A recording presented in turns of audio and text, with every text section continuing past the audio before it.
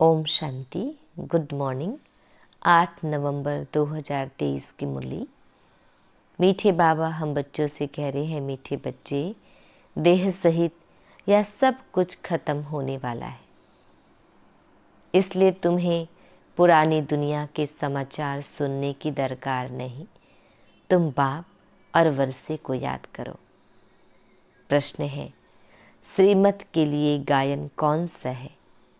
श्रीमत पर चलने वालों की निशानी सुनाओ। उत्तर है, श्रीमत के लिए गायन है जो खिलाएंगे, जो पहनाएंगे, जहाँ बिठाएंगे वही करेंगे। श्रीमत पर चलने वाले बच्चे बाप की हर आज्ञा का पालन करते हैं, उनसे सदा श्रेष्ठ कर्म होते हैं।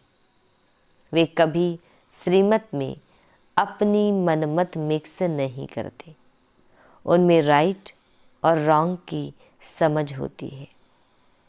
गीत है, बनवारी रे। ओम शांति। यह गीत किसका है? बच्चों का। कोई गीत ऐसे भी होते हैं जिसमें बाप बच्चों को समझाते हैं, लेकिन इस गीत में बच्चे कहते हैं कि बाबा अब तो हम समझ गए, दुनिया को तो पता नहीं कि कैसी यह झूठी दुनिया है, झूठे बंधन है, यहाँ सब दुखी हैं। तब तो ईश्वर को याद करते हैं। सतयुग में तो ईश्वर से मिलने की बात ही नहीं है। यहाँ दुख है तब आत्माओं को याद पड़ता है, परंतु ड्रामा अनुसार बाप मिलते ही तब है जब स्वयं आते हैं। बाकी और जो भी पुरुषार्थ करते हैं सब व्यर्थ है, क्योंकि ईश्वर को सर्वव्यापी मानते हैं, ईश्वर का रास्ता गलत बताते हैं। अगर कहे कि ईश्वर और उनकी रचना के आदि मध्य अंत को हम नहीं जानते हैं, तो यह बोलना सच है। आगे ऋषि मुनि आदि सच बोलते थे। उस समय रजोगुणी थे। उस समय झूठी दुनिया नहीं कहेंगे। झूठी दुनिया नरक कलयुग अंत को कहेंगे, संगम पर कहेंगे यह नरक है, वह स्वर्ग है। ऐसे नहीं द्वापर को नरक कहेंगे।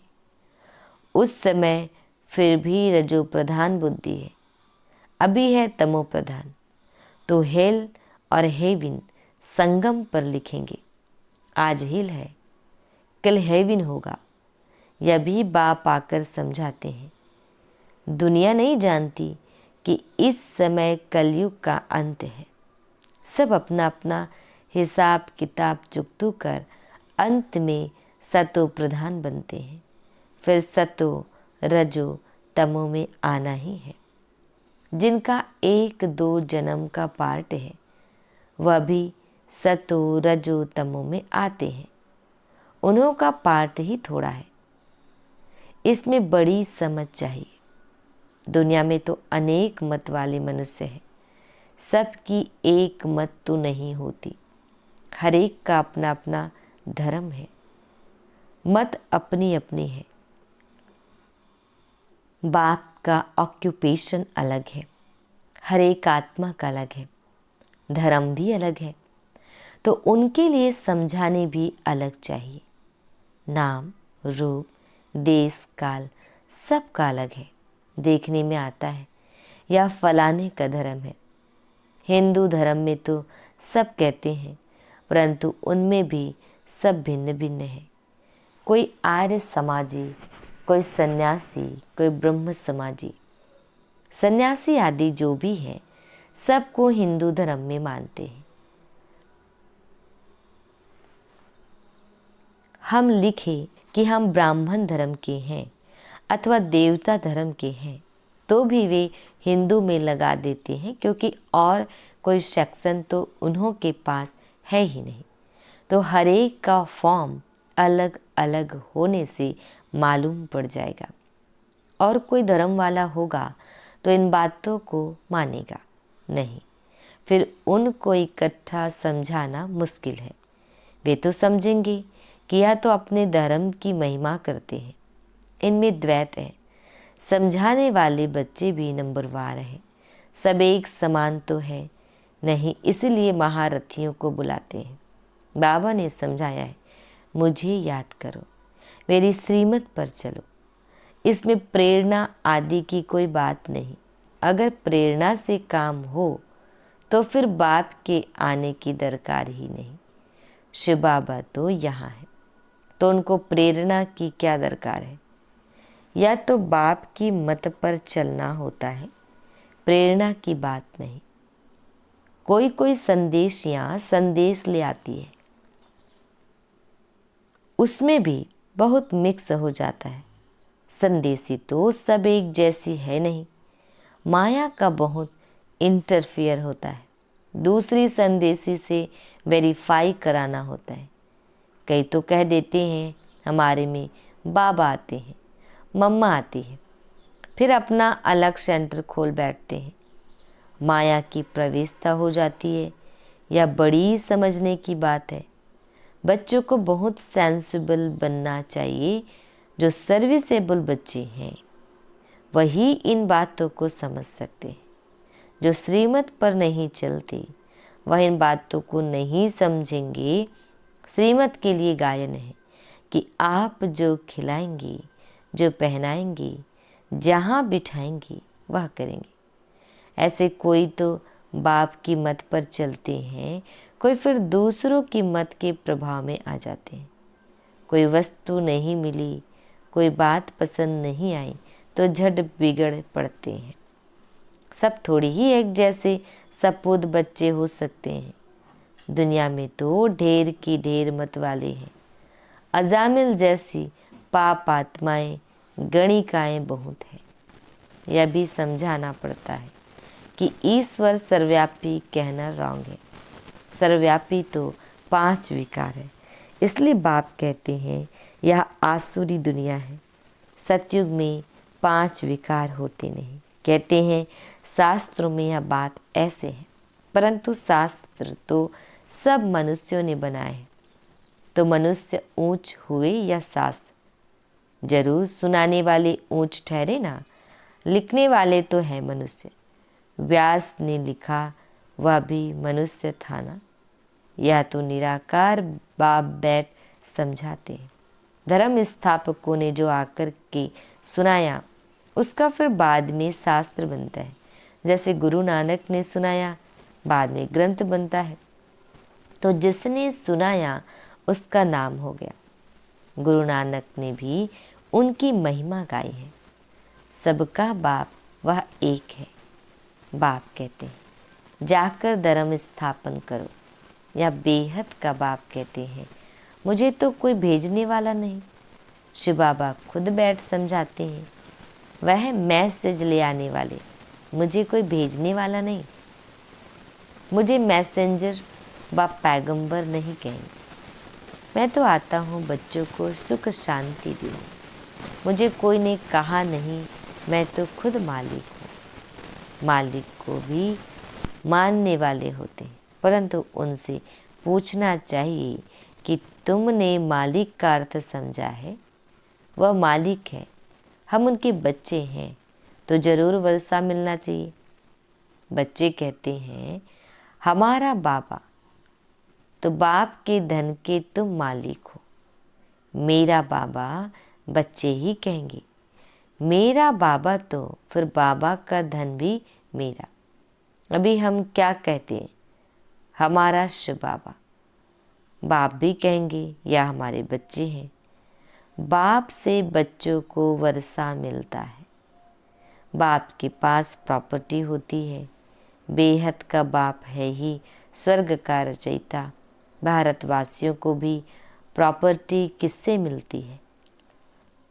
शिव बाबा से। शिव जयंती भी मनाते हैं। शिव जयंती के बाद फिर होगी श्री कृष्ण जयंती, फिर श्री राम जयंती। बस मम्मा बाबा की जयंती व जगदम्बा की जयंती तो कोई गाती नहीं। शिव जयंती, फिर राधे कृष्ण की जयंती, फिर राम सीता जयंती। जब शिव बाबा आए तब शूद्र राज्य विनाश हो। यह राज भी कोई समझते नहीं। बाप बैठ समझाते हैं वह आते हैं जरूर। बाप को क्यों बुलाते हैं? श्री कृष्ण पूरी स्थापन करने। तुम जानते हो शिव जयंती बरोबर होती है। शिव बाबा नॉलेज दे रहे हैं। आदि सनातन देवी देवता धर्म की स्थापना हो रही है। शिव जयंती है बड़े ते बड़ी जयंती। फिर है ब्रह्मा विष्णु शंकर। अब प्रजापिता ब्रह्मा तो मनुष्य सृष्टि में है। फिर रचना में मुख्य है लक्ष्मी नारायण, तो शिव है मात पिता। फिर मात पिता ब्रह्मा और जगदम्बा भी आ जाते हैं। यह समझने और धारण करने की बातें हैं। पहले पहले समझाना है। बाप परम पिता परमात्मा आते हैं पतितों को पावन करने। वह नाम रूप से न्यारा हो तो उनकी जयंती कैसे हो सकती? गॉड को फादर कहा जाता है। फादर को तो सब मानते हैं। निराकार है ही आत्मा और परमात्मा। आत्माओं को साकार शरीर मिलता है। यह बड़ी समझने की बातें। जो कुछ भी शास्त्र आदि नहीं पढ़ा हुआ हो तो उसके लिए और ही सहज है। आत्माओं का बाप वह परम पिता परमात्मा स्वर्ग की स्थापना करने वाला है। स्वर्ग में होती है राजाई, तो जरूर उनको संगम पर आना पड़े। सतयुग में तो आ ना सके। वह प्रारब्ध 21 जन्मों का वर्षा संगम पर ही मिलता है। यह संगम युग है ब्राह्मणों का। ब्राह्मण है चोटी। फिर है देवताओं का युग। हर एक युग 1250 वर्ष का है। अभी 3 धर्म स्थापन होते हैं, ब्राह्मण, देवता, क्षत्रिय, क्योंकि फिर आधा कल्प कोई धर्म नहीं होता। सूर्यवंशी चंद्रवंशी पूज्य थे, फिर पुजारी बन जाते हैं। वह ब्राह्मण तो किस्म किस्म के होते हैं। अभी तुम अच्छे कर्म कर रहे हो जो फिर सतयुग में प्रारब्ध पाओगे। बाप अच्छे कर्म सिखलाते हैं। तुम जानते हो हम श्रीमत पर जैसे कर्म करेंगे औरों को आप समान बनाएंगे तो उसकी प्रारब्ध मिलेगी। अभी सारी राजधानी स्थापन होती है। आदि सनातन देवी देवता धर्म की राजधानी होती है। यह है प्रजा का प्रजा पर राज्य। पंचायती राज्य है, अनेक पंच है। नहीं तो 5 पंच होते हैं। यहाँ तो सब पंच ही पंच है। जो भी आज है कल नहीं। आज मिनिस्टर है, कल उनको उतार देते हैं। एग्रीमेंट कर फिर कैंसिल कर देते हैं। यह है अल्पकाल का क्षण भंगुर राज्य। किसको भी उतारने में देरी नहीं करते हैं। कितनी बड़ी दुनिया है। अखबारों से कुछ ना कुछ पता पड़ता है। इतने सब अखबार तो कोई पढ़ नहीं सकता। हमको इस दुनिया के समाचार की दरकार है। यह तो जानते हैं देह सहित सब कुछ इस दुनिया का खत्म हो जाने वाला है।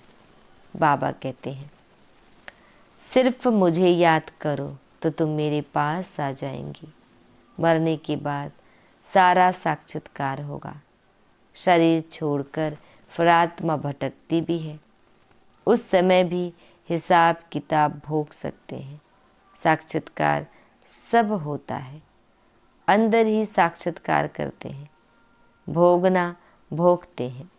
बहुत पछताते हैं कि हमने नाहेक ऐसा किया। पश्चाताप होता है ना। कोई जेल बर्ड होते हैं, वह कहते हैं जेल में खाना तो मिलेगा। मतलब खाना खाने से काम है। इज्जत की परवाह नहीं करते। तुमको तो कोई तकलीफ नहीं। बाप है तो बाप की श्रीमत पर चलना है। ऐसे भी नहीं किसको दुख देंगे। वह तो है ही सुखदाता। आज्ञाकारी बच्चे तो कहेंगे बाबा जो आप डायरेक्शन देंगे तुम्ही से बैठो। यश बाबा के लिए गाया हुआ है। भागीरथ अथवा नंदीगण भी मशहूर है। लिखा हुआ है ना, माताओं के सिर पर कलश रखा। तो आप फिर गऊ दिखाते हैं। क्या क्या बातें बना दी हैं।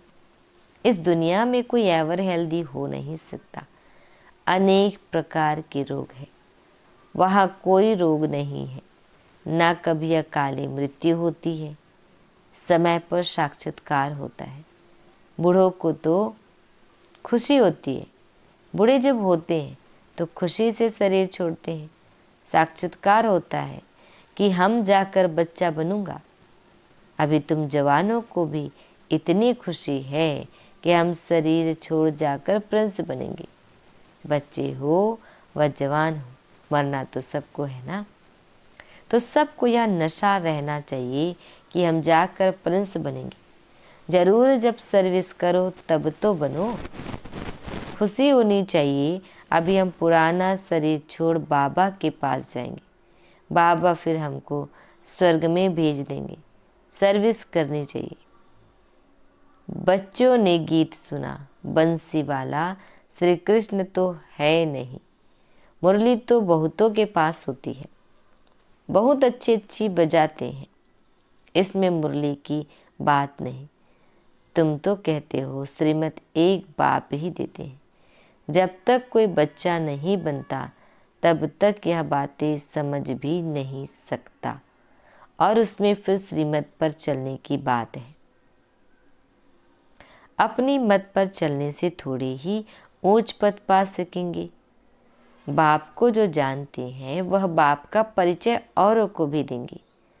बाप और रचना का परिचय देना है। किसको बाप का परिचय नहीं देते तो गोया खुद जानते नहीं।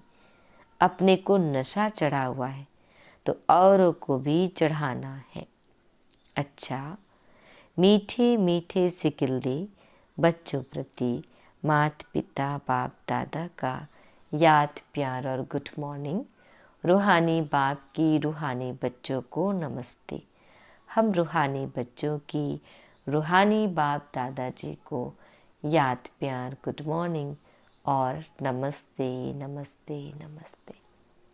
शुक्रिया मीठे प्यारे बाबा, आपका लाख लाख शुक्रिया।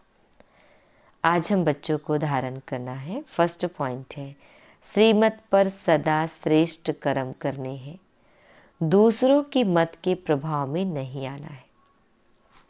सपूत बन हर आज्ञा का पालन करना है। जो बात समझ में नहीं आती है उसे वेरीफाई जरूर कराना है। सेकंड पॉइंट, सदा इसी नशे व खुशी में रहना है कि हम यह पुराना शरीर छोड़ प्रिंस बनेंगे। नशे में रह ईश्वरीय सेवा करनी है। बाबा हम बच्चों को वरदान दे रहे हैं, निंदक को भी अपना मित्र समझ सम्मान देने वाले ब्रह्मा बाप समान मास्टर रचयिता भव। डिटेल है, जैसे ब्रह्मा बाप ने स्वयं को विश्व सेवाधारी समझ हरेक को सम्मान दिया, सदा मालेकम सलाम किया। ऐसे कभी नहीं सोचा कि कोई सम्मान देवे तो मैं दूं। निंदक को भी अपना मित्र समझकर सम्मान दिया। ऐसे फॉलो फादर करो। सिर्फ सम्मान देने वाले को अपना नहीं समझो, लेकिन गाली देने वाले को भी अपना समझ सम्मान दो, क्योंकि सारी दुनिया ही आपका परिवार है। सर्व आत्माओं के तना आप ब्राह्मण हो, इसलिए स्वयं को मास्टर रचयिता समझ सबको सम्मान दो, तब देवता बनेंगे।